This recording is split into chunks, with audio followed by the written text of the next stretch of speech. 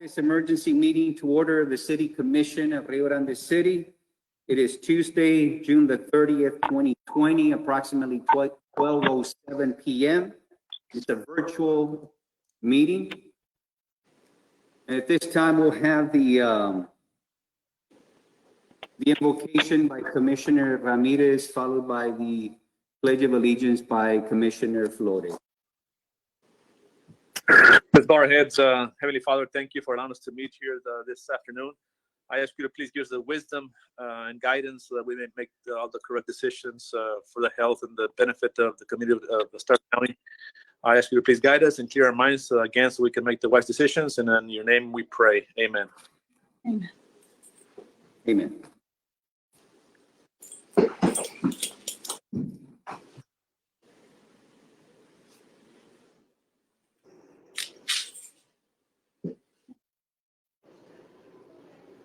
Pledge allegiance to the flag Of the United States of America, to the republic for which it stands, one nation, under God, indivisible, with with liberty liberty and justice for all. Honor the Texas Texas flag. I pledge allegiance to thee, Texas one state under God, one nation. This time we'll have roll call and finding the quorum by Ms. Garza. Yes, Mayor Villarreal, Here.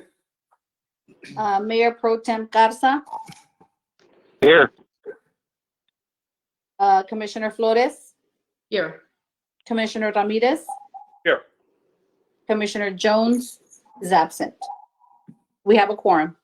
Okay. Thank you, Ms. Garza. Next business, item 2, items in consideration. Letter A, discussion and possible action approving order number 2020-1G, amending order number 2020-1F, providing for consistency with Stark County June 29, 2020 supplemental emergency order, incorporating Stark County's regulations on movement of people and occupancy of premises, social gatherings, shelter at home, curfew limitations on travel, additional hygiene matters, and closed businesses.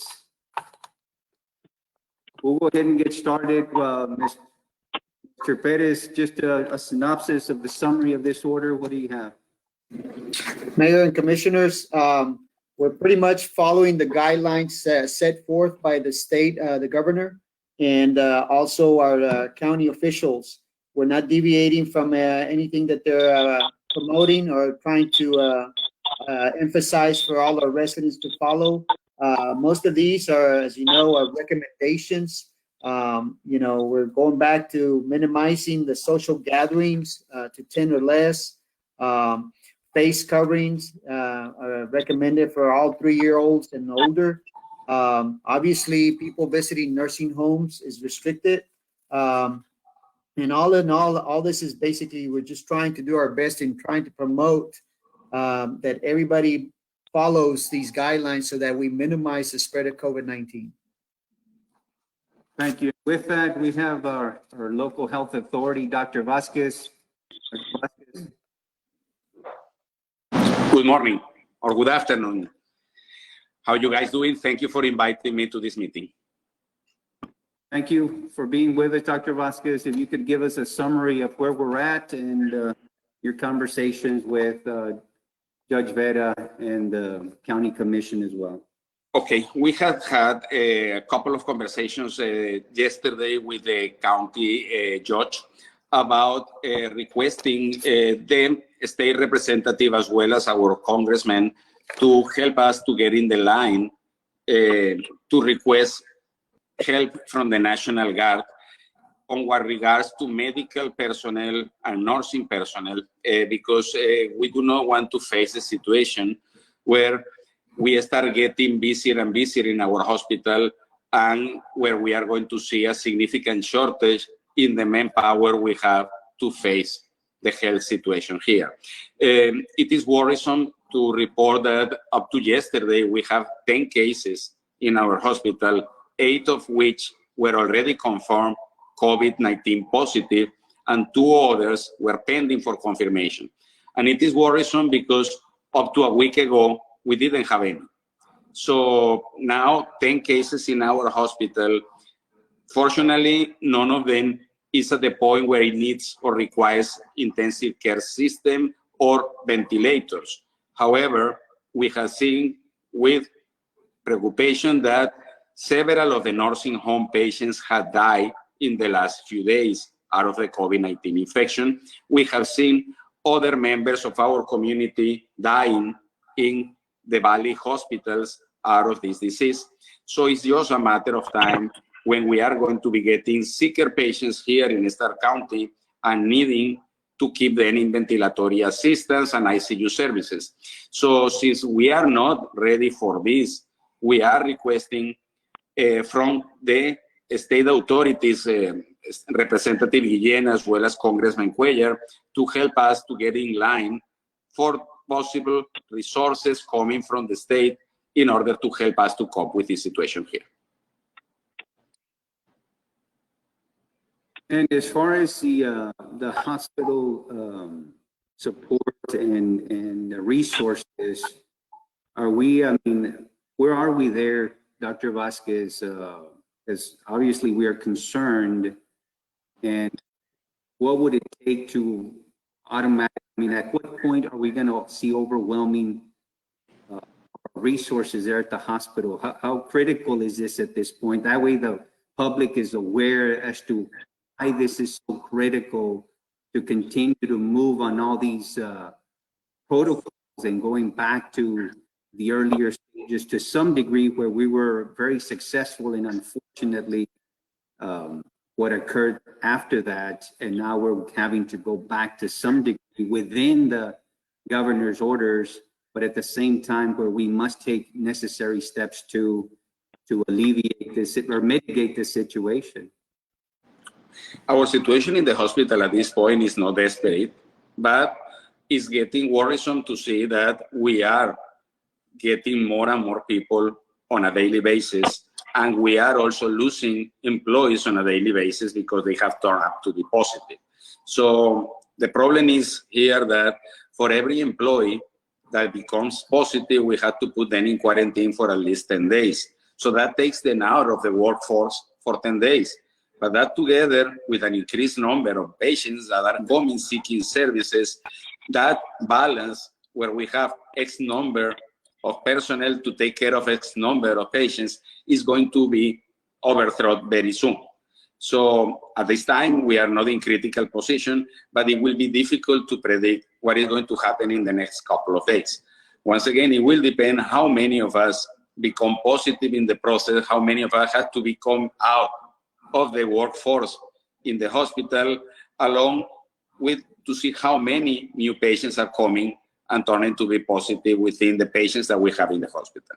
So in an abundance of precaution, county authorities, along with the local politicians, are trying to seek that help that could come from the state in order to supplement what we have here in case that we were to be getting more and more busy.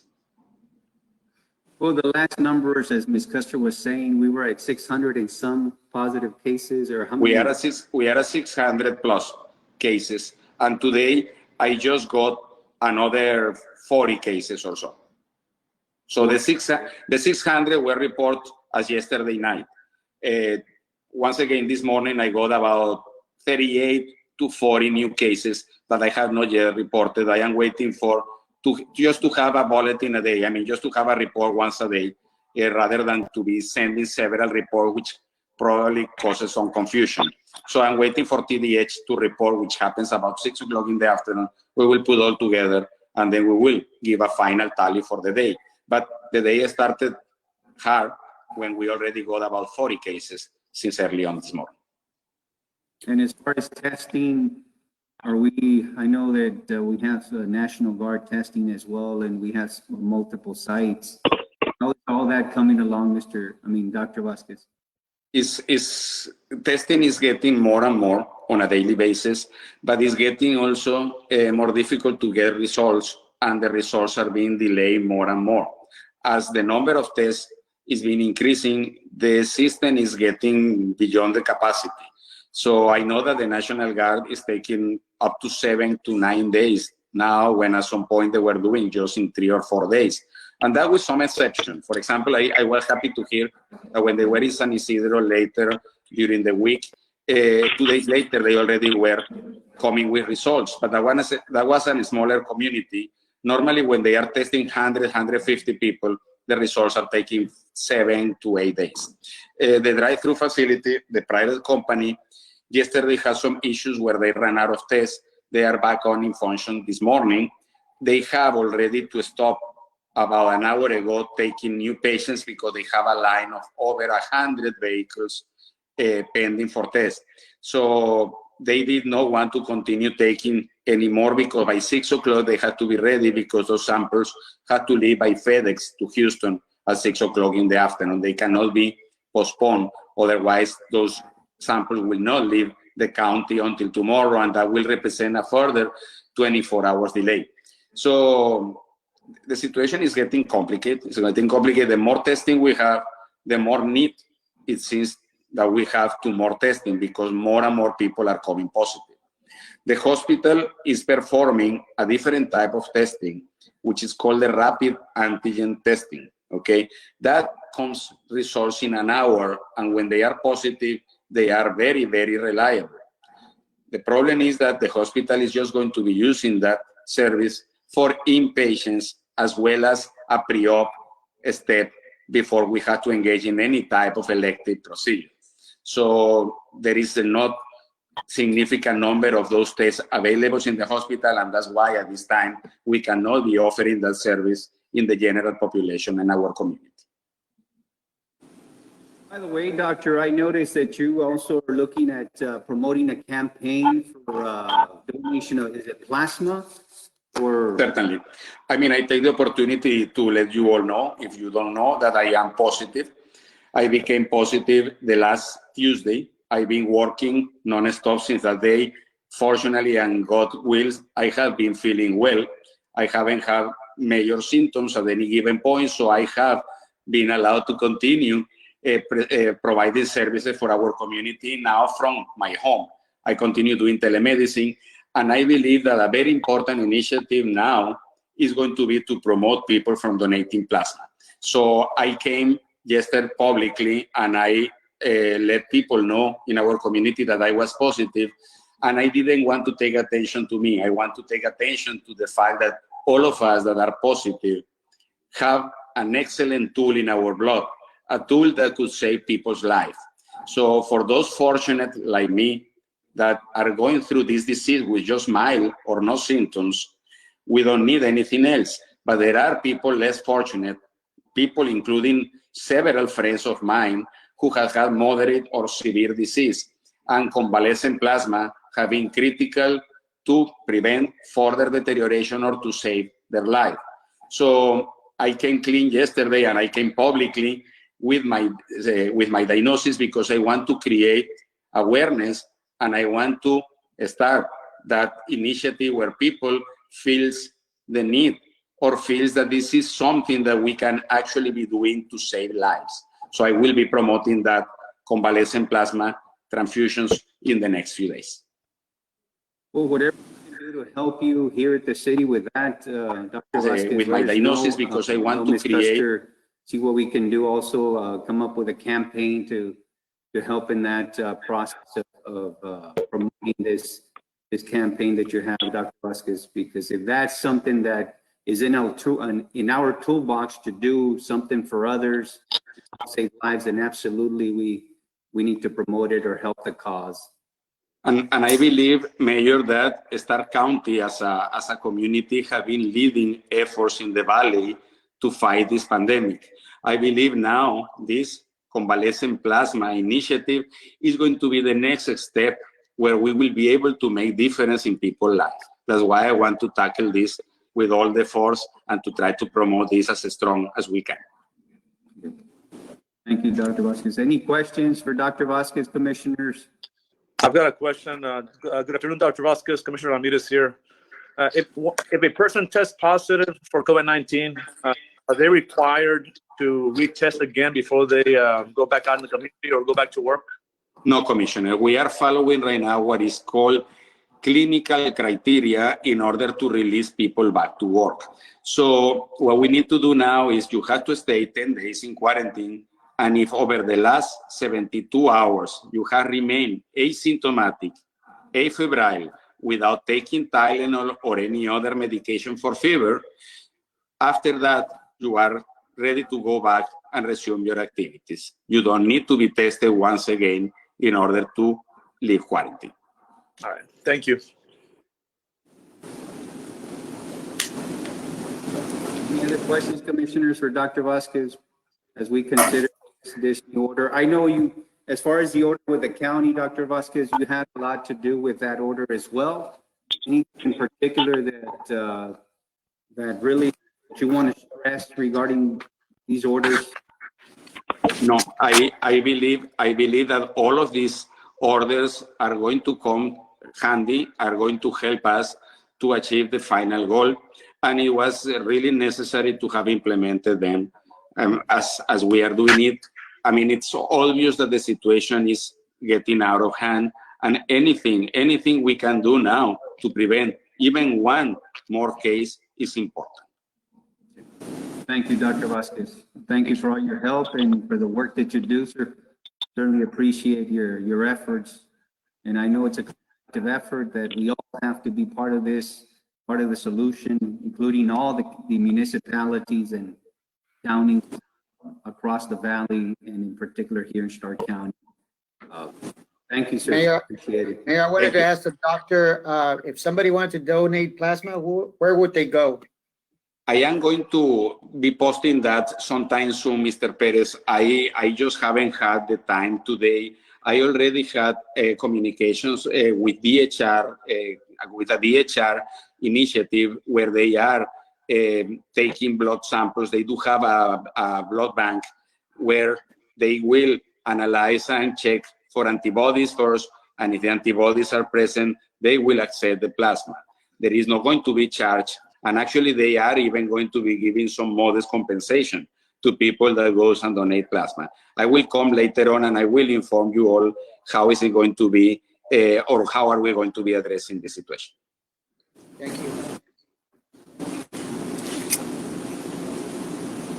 And just for the record, Dr. Vasquez, I know I keep getting asked this question. We're not, right, in your opinion, we're not ready to open any parks at this point. Definitely no. Anything that we can do right now to keep control on this situation is necessary to do. So definitely do not open parks, do not promote any activity that will involve gathering of people. Thank you, Dr. Vasquez. Okay, thank you. All right, so going on to this order is continuing to be in sync with the county and the state, of course, and within our municipality. Just for the record, Commissioner Jones is on as well. No, Commissioner Jones is not on. It's Well, just, I'm seeing them. What do you- it's just Commissioner Flores and Mr. Garza, Hernan Garza. Garza, I'm looking at Commissioner Jones on the screen. Are you serious? Because I don't see him in mine. Yes. Oh, there he is. All right. My screen is smaller, so I don't see him. Okay.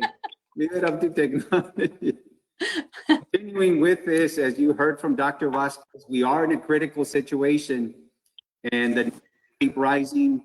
And as he was mentioning, very similar to us, if any of our officers, for example, contract COVID-19, then that puts it in a predicament. Same thing with firefighters.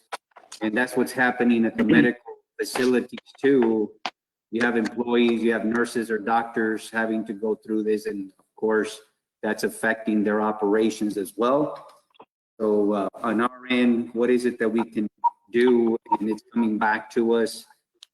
And some of the questions that you all highlighted were those, I know we're going to get those, ask those same questions about how do we do it. And at this point, it's not going to be penalized. And just to be on the record, it's not about, it's about enforcing or mandates as far as curfew, but it's a situation where we're asking the public's help in this fight against COVID-19.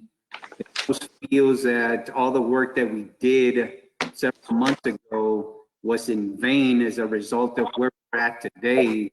And of course, there are so many entities that we can point fingers as to what occurred, but nonetheless, at this point, there's no reason to point fingers. At this point, is how do we deal with it today? And whether it's state officials or whether it's anything else, what do we do today? And here's an opportunity for us to, again, try to take some actions that are going to mitigate these circumstances within the confines of what we're allowed to do within the state, the orders, as well as the counties. And this is another tool that we can utilize to get somewhat of a hold on this and minimize this. Questions or thoughts about any of this, commissioners? We're in a critical point. I mean, the reality is this is a critical moment in Rio Grande City as well as the county, and the steps that we take here, we must take some steps at least to minimize some of this continued spread within the confines of the law, of course.